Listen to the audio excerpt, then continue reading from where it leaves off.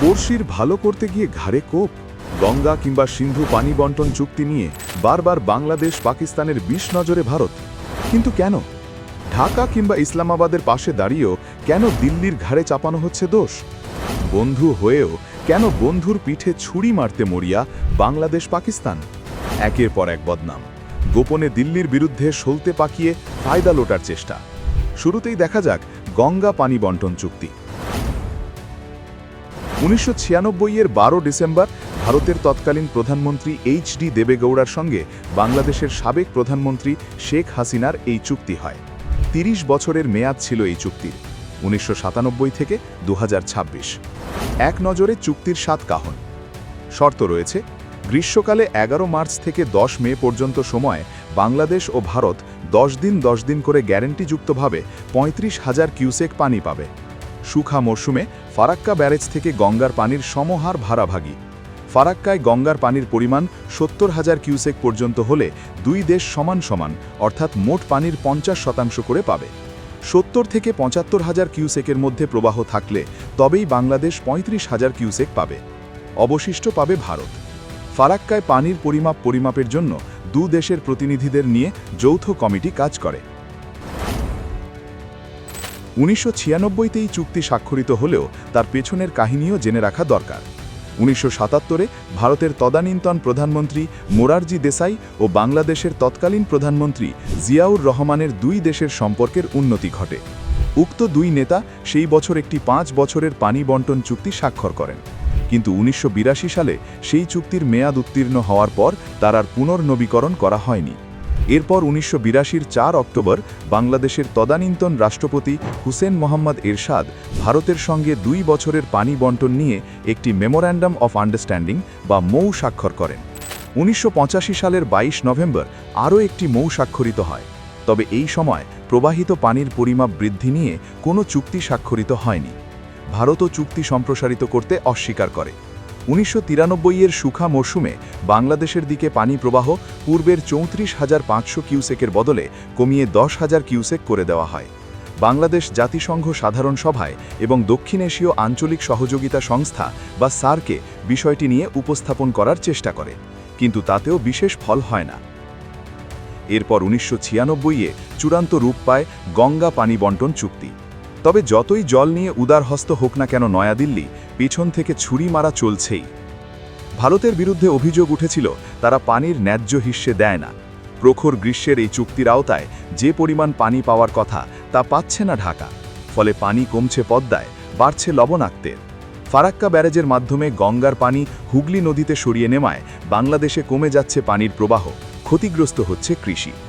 ঢাকা যতই গঙ্গা পানি বন্টন চুক্তি নিয়ে ভারতের ঘাড়ে অভিযোগ চাপানোর চেষ্টা করুক না কেন, ইতিহাস কিন্তু অন্য কথা বলছে। প্রথমত, ভারত হলো সেই দেশ যে পড়শির সঙ্গে প্রাকৃতিক সম্পদ নিয়ে জুলুমবাজি করে না, উল্টে তার সমান ভাগে ভাগ করে নেয়। তা না হলে 35,000 কিউসেক পানি দিতে পারত না। 71-এর মুক্তিযুদ্ধের পর বাংলাদেশে যে পট পরিবর্তন হয়, মুক্তিযুদ্ধে পাক হানাদারদের কুপকাত করতে বন্ধু রাষ্ট্র হিসেবে বাংলাদেশকে যেভাবে বন্ধুত্বের হাত বাড়িয়ে দেয় ভারত, তা মাথায় রেখে 96-এর এই পানি চুক্তি আসলে মাস্টার স্ট্রোক ছিল বাংলাদেশের জন্য। পরিসংখ্যানই বলে দেয় এই চুক্তির পরে কৃষিক্ষেত্রে বিপ্লব হয়েছে বাংলাদেশে।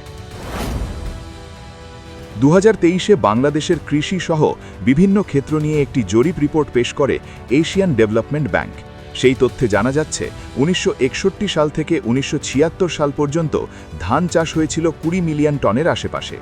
সবজির ক্ষেত্রেও চিত্রটা এক, কিন্তু 1976 সালের পর কৃষিক্ষেত্রে এক অভূতপূর্ব সাফল্য দেখা গিয়েছে, আর সেটা ফারাক্কা বাঁধ নির্মাণের পরেই। 2018-র পরিসংখ্যান বলছে ধান চাষ হয়েছে 52 মিলিয়ন মেট্রিক টন, আর সবজির ক্ষেত্রে প্রায় 70 মিলিয়ন মেট্রিক টন। অর্থাৎ ভারতের নদী বাঁধের জন্য দেশের নদীগুলি শুকিয়ে যাচ্ছে, কৃষকেরা হা হুতাশ করছে, এমন বয়ান যে বাজারে ছাড়া হয় তা যে কতটা ষড়যন্ত্রমূলক আন্দাজ করাই যায়। তবু যত দোষ নন্দ ঘোষের মতো ভাঙা রেকর্ডের সুরে বেজেই যায় বাংলাদেশের মাইক। কথায় আছে, শত্রু সুযোগ পেলেই ছিদ্র খোঁজে। সেই তালিকায় চীন। গঙ্গা পানি বন্টন নিয়ে আসরে নেমে দেদার মগজ ধোলাই করছে বেইজিং।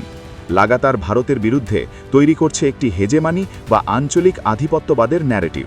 এমনভাবে তা রটানো হচ্ছে যা শুনে মনে হয় নিচু অববাহিকায় অবস্থান করা দেশগুলির প্রতি স্বার্থপর ও অনুদার নয়াদিল্লি। কিন্তু বাংলাদেশ যেখানে এমন অভিযোগ করেনি, সেখানে চীনের এই অভিযোগের কারণ কি? কারণ ব্রহ্মপুত্র। ভারতকে না জানিয়ে দিনের পর দিন ইচ্ছেমতো বাঁধ নির্মাণ করেছে চীন। ব্রহ্মপুত্র যার জ্যান্ত উদাহরণ, যার বর্ষায় যেমন একদিকে ভাসে বাংলাদেশ, তেমনি বানভাসী হয় ভারত। আন্তর্জাতিক বিশ্লেষকদের প্রশ্ন, চীনের কারণে বাংলাদেশ ভাসলেও কেন মুখে কুলুপ ঢাকার?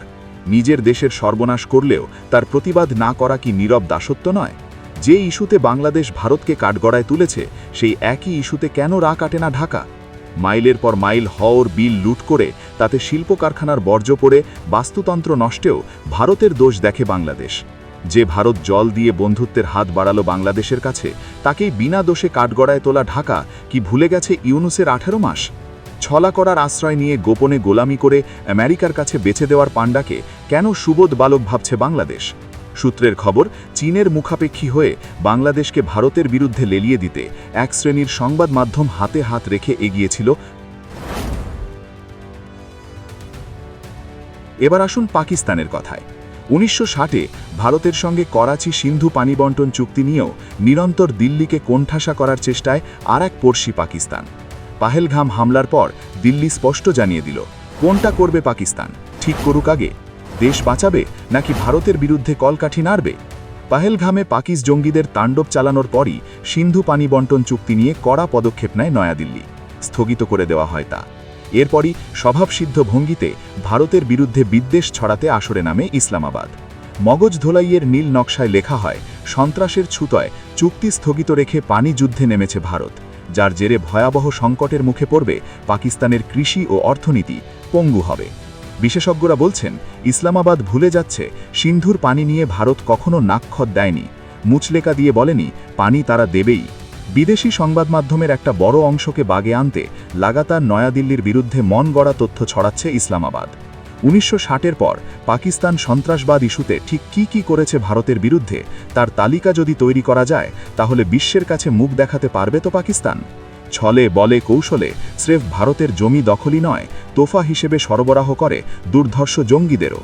একের পর এক উদাহরণ আছে তার। সিন্ধুর পানি পেয়ে সন্ত্রাস ফেরি করছে পাকিস্তান। বিশ্বে নানা সময় হওয়া পানি চুক্তি নিয়ে কম জল ঘোলা হয়নি। নীল নদের শাখা নদী ব্লু নাইলে ড্যাম তৈরি নিয়ে ইথিওপিয়া মিশর সম্মুখ সমরে। এই বিবাদের কারণ কি? বিতর্কের মূলে গ্র্যান্ড রেনেসা বাঁধ, জানিয়ে মিশরের আশঙ্কা যে এর ফলে ইথিওপিয়া নীল নদের পানির নিয়ন্ত্রণ নিয়ে নেবে। তাছাড়া পানির জন্য 90% নির্ভর করে মিশর। কমবে বিদ্যুৎ উৎপাদন, সংকটের মুখে পড়বে কৃষি, পশুপালন। মিশর ও সুদান মিলিয়ে ক্ষতিগ্রস্ত হবে 15 কোটি মানুষ। আন্তর্জাতিক ক্ষেত্রে ভারতকে বেকায়দায় ফেলার চেষ্টা, আসরে পাকিস্তান, চীন। পাকিস্তানের অঙ্গুলি হেলনে ভারত বিরোধী অবস্থান নিতে ততোধিক বেকায়দায় বাংলাদেশ।